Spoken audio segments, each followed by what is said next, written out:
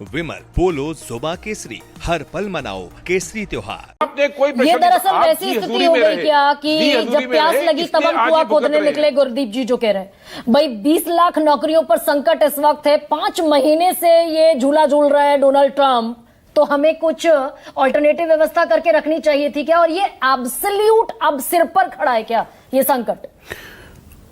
गरिमा, 2-3 चीजें हैं। को देखिए, जैसे मैं अग्रवाल साहब थोड़ी देर पहले कह रहे थे कि पीएम को क्यों बोलना चाहिए, पीएम को क्यों नहीं बोलना चाहिए, इसमें विपक्षी पार्टी और जो सत्ता के जो लोग हैं वो सब आपस में उलझते रहते हैं। मैं ये उस पर एक लाइन करके आगे बोल के आगे बढ़ता हूँ कि देखिए, पीएम को बोलने इसलिए बोल रहे हैं क्योंकि उनको हर चीज पे बोलने की आदत है, हर चीज पे बोलते हैं, अपनी सुविधा के हिसाब से बोलते हैं। लेकिन मैं पर्सनली जितना मैं इकोनॉमिक्स और ट्रेड समझता हूं उस हिसाब से पीएम अगर नहीं बोले तो ज्यादा अच्छा है। और खासकर वो सब्जेक्ट जो बहुत ही कॉम्प्लिकेटेड है, वो सब्जेक्ट जो बहुत ही अभी जिसमें बहुत इंटेंसिव एफर्ट्स चल रहा है, जो बहुत सेंसिटिव है, जिसमें डिप्लोमेसी इन्वॉल्व है, जिसमें ट्रेड इन्वॉल्व है। मतलब आपने एक गलती की और आप रास्ते से बाहर हो जाएंगे।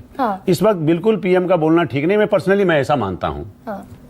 अब आगे बात ये आ रही है कि जो सफल साहब कह रहे थे, मैं उनकी बात से एग्री करता हूं कि आपको एक 4-5 महीने का एल्बो रूम कोई कम नहीं होता, और 4-5 महीने में कोई एफर्ट्स किया आपने तो उसका कोई अभी तक फल दिखाई नहीं दिया। दिखाई नहीं दिया।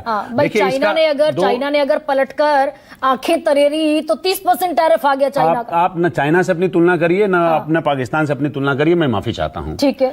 एक तो है जिसकी बराबरी हम नहीं कर सकते, एक है जिसकी बराबरी हमें करनी नहीं चाहिए। मतलब पाकिस्तान की का तो नाम ही मत लीजिए। मतलब I feel diminished when somebody talks about Pakistan. अब आप आ जाइए कि इसका नुकसान हमें क्या हो रहा है। आप 4-5 महीने में जो नहीं हुआ उसको छोड़ दीजिए। हम ये बात करते हैं, अब देखिए हम चल रहे हैं सेकेंड क्वार्टर में, राइट गरिमा? हम लोग थर्ड क्वार्टर में, जब दिसंबर में ये खत्म होगा तब आपको थोड़ा बहुत उसका रूप समझ में आएगा।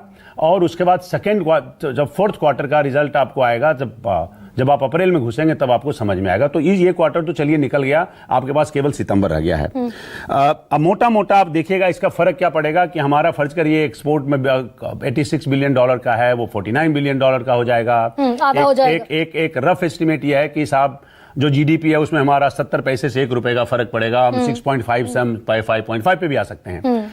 उसका काउंटर आपके पास क्या है? उसमें से कोई शॉर्ट टर्म सॉल्यूशन नहीं है अनलेस एंड अनटिल कि आप अमेरिका के साथ कोई शॉर्ट टर्म डील बढ़िया सा स्ट्राइक करिए। सर मैं ये कह रही हूं, आप जो बड़ी क्रूशियल जबान में समझा रहे हैं कि जीडीपी ग्रोथ 6.5% से 5.5% पर आ जाएगी। मैं ये कह रही हूं, ये 20 लाख जो नौकरियां जाएंगी, अगर ये तमाम चीजें इम्प्लीकेबल हो गई, और हैं जो कि 2 सेक्टर संतोष मेहरोत्रा ने गिनवाए, फार्मा सेक्टर और स्मार्टफोन्स का इलेक्ट्रॉनिक सेक्टर, बाकी पर तो जड़ दिया गया है ना। तो 20 लाख नौकरियों पर तो सीधा संकट है। ये कहां से जनरेट होगी? देखिए, 2 जाएगी। हम आप बिल्कुल इस पे ज्यादा मैं कुछ नहीं बोलूंगा। लेकिन क्योंकि ये बहुत सर्टेन है, फिर भी भारत सरकार उस क्रूशल जगह पे जहां भारत सरकार को कोई किसी भी किस्म का कॉम्प्रोमाइज करने की जरूरत नहीं है, नहीं करना चाहिए। अब आप कहेंगे अपना मैन्युफैक्चरिंग सेक्टर बढ़ाना चाहिए था क्या? तो अब मैं उस पर आ रहा हूं। तो आपके पास सोल्यूशन क्या है? आपका सोल्यूशन है कि आप कॉम्पिटिटिवनेस बढ़ाइए, आप नए मार्केट ढूंढिए। आप कैसे 11 साल हमारा हो गया, आप चाइना में 11 साल में चाइना का ग्रोथ देखिए, आप साउथ अमेरिका में या अफ्रीका में, तो आपको पता चलेगा उसने कितना स्प्रेड किया है और हमने नहीं किया। हमने क्या किया? हमने जरूरत नहीं समझी। एक सेकंड, लफाजी से थोड़ा सा कॉन्क्रीट करते हैं इसको। हमने क्या किया 11 साल में? हमने 17% का कंट्रीब्यूशन दिया था मैन्युफैक्चरिंग सेक्टर का जीडीपी में। हम तो और घटाकर 12-13% पर ले आए। हमने क्या किया मैन्युफैक्चरिंग सेक्टर में? वो तो एक प्रॉब्लम आप बता रहे हैं। अभी जब आप कहेंगे कैसे करेंगे इसको कैसे डील करेंगे? अब अमेरिका का जो ट्रेड जो बैरियर है वो आपके सामने है।